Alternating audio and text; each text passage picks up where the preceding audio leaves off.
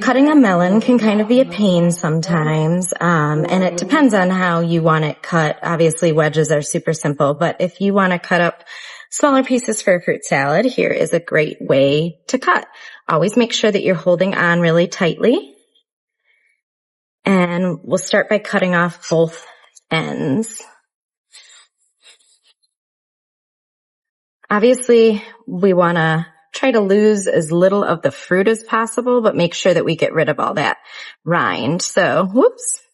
Now we're going to go around and basically just kind of shave the peel off.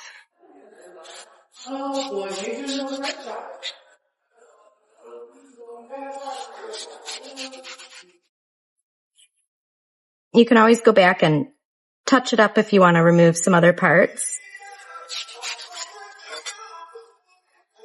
It obviously helps to make sure that your knife is nice and sharp while doing something like this. And you definitely want to use like your 8-inch chef's knife or something similar. Anything smaller, and you're really not going to have that range of motion or the ability to kind of put some oomph into it. All right, so now that we've got it here, get rid of all of these. Anything on your board that you're not cutting can kind of be a distraction. So just getting rid of it from time to time is really helpful as far as being safe and just makes it a little bit easier.